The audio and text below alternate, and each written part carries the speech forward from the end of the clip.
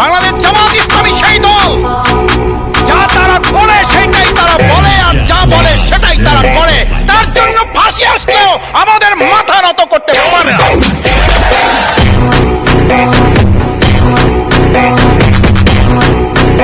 পতাকার রং বদলেছে তবু নীতি কেন বদলেনি?